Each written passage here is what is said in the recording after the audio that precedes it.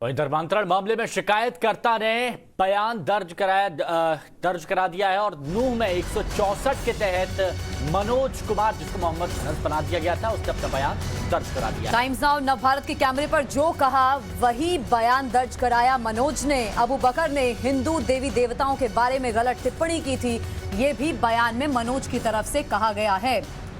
नूह में 164 के तहत मनोज कुमार ने यह बयान दर्ज करवाया। धर्मांतरण मामले में शिकायतकर्ता है मनोज।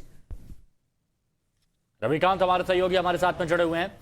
रविकांत, मनोज जिसको मोहम्मद अनस बना दिया गया था, अब उसने अपनी बात थाने तक पहुंचाई है और मामला भी दर्ज कराया है, अपना बयान भी दर्ज कराया है। क्या कहा है उस बयान में, जरा बताइए।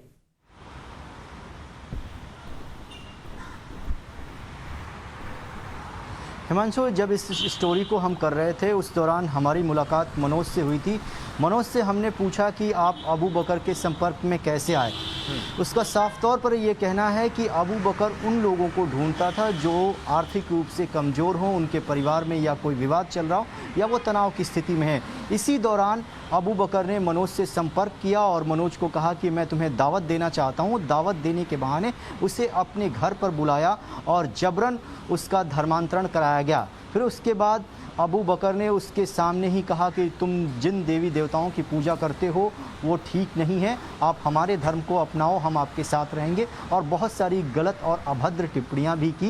ये पूरा स्टेटमेंट जो है वो दर्ज है और स्टेटमेंट की कॉपी जो है टाइम्स नाउ नवभारत के पास मौजूद है। इस बयान में ये भी कहा गया है कि अबू बकर के साथ और भी बहुत सारे लोग थे जो उसे परेशान करते थे, और इस बयान को दर्ज कराने के पीछे का मकसद यही है कि जो जांच एजेंसियां हैं वो इन लोगों के खिलाफ पुख्ता सबूत तैयार कर रही हैं ताकि इस पूरे मामले से जुड़ा हुआ कोई भी व्यक्ति कानून के शिकंजे से बच ना पाए। मनोज से जब हमारी मुलाकात हुई तो मनोज ने कैमरे पर बताया था कि उसके शरीर पर किसी भी प्रकार का हिंदू धर्म के पहचान वाला कोई चिन्ह ना हो, इसके लिए उसे सिगरेट से जलाया गया ताकि उस चिन्ह को मिटा दिया जाए।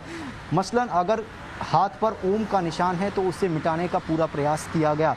और मनोज ने जो अपनी पूरी आप बीती हमारे कैमरे के सामने बताई थी वही आप बीती जज के सामने भी। मनोज जब इस दलदल से निकलना चाह रहा था, परिवार वालों ने भी उसकी मदद जरूर की होगी, लेकिन वो कैसा माहौल उस वक्त इन लोगों की तरफ से बनाया गया, एक डर का माहौल कैसे बनाया गया, कितना प्रताड़ित उसे किया गया, ये भी जरा आपसे जानना चाहेंगे।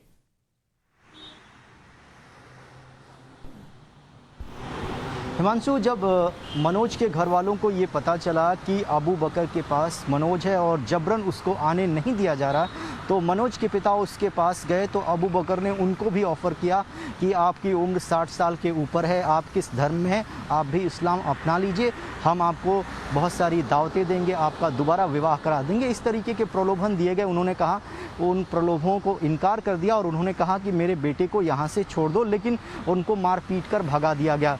उसके बाद से ही जानकारी ये लगी कि कोविड का पीरियड था, लॉकडाउन लग गया, जमात में लोगों का आना जाना बंद हो गया और एक दिन ये मौका लगाकर मनोज वहां से भागने में कामयाब रहा। अभी बहुत से ऐसे अबू बकर होंगे जो लोगों को धमकाते थे, उनका धर्म परिवर्तन कराने का काला खेल खेल रहे थे लंबे समय से। बहुत से नाम सामने आएंगे और जानकारी